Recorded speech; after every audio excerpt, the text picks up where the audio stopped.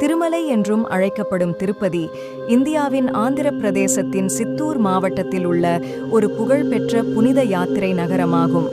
இந்து புராணங்களின்படி இந்து கால சுழற்சியின் தற்போதைய சகாப்தமான கலியுகத்தின் போது மனித குலத்தை காப்பாற்றுவதற்காக வெங்கடேஸ்வரர் பூமியில் தோன்றியதாக நம்பப்படுகிறது.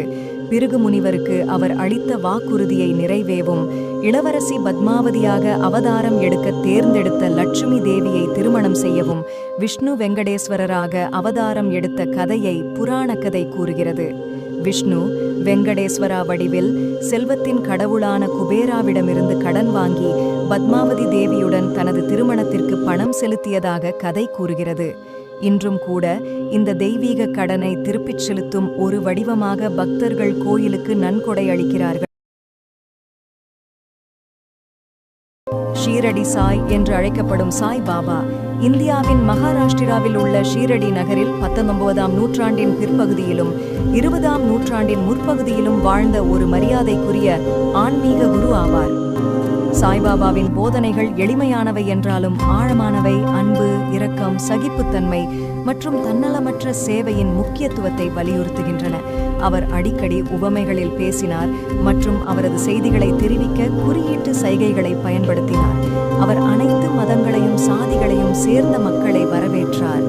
சாய்பாபாவின் வாழ்க்கையின் தனித்துவமான அம்சங்களில் ஒன்று அதிகாரத்தின் பொருள் வெளிப்பாட்டை விட நம்பிக்கை மற்றும் பக்தியின் முக்கியத்துவத்தை அவர் வலியுறுத்தினார். சாய்பாபா அக்டோபர் 15 அன்று காலமானார்.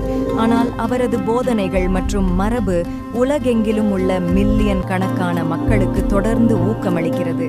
ஷீரடி சாய் என்று அழைக்கப்படும் சாய் பாபா இந்தியாவின் மகாராஷ்டிராவில் உள்ள ஷீரடி நகரில் 19ஆம் நூற்றாண்டின் பிற்பகுதியிலும் 20ஆம் நூற்றாண்டின் முற்பகுதியிலும் வாழ்ந்த ஒரு மரியாதைக்குரிய ஆன்மீக குரு ஆவார். சாய்பாபாவின் போதனைகள் எளிமையானவை என்றாலும் ஆழமானவை. அன்பு, இரக்கம், சகிப்புத்தன்மை மற்றும் தன்னலமற்ற சேவையின் முக்கியத்துவத்தை வலியுறுத்துகின்றன.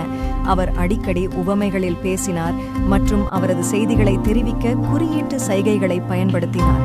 அவர் அனைத்து மதங்களையும் சாதிகளையும் சேர்ந்த மக்களை வரவேற்றார். சாய்பாபாவின் வாழ்க்கையின் தனித்துவமான அம்சங்களில் ஒன்று அதிகாரத்தின் பொருள் வெளிப்பாட்டை விட நம்பிக்கை மற்றும் பக்தியின் முக்கியத்துவத்தை அவர் வலியுறுத்தினார்.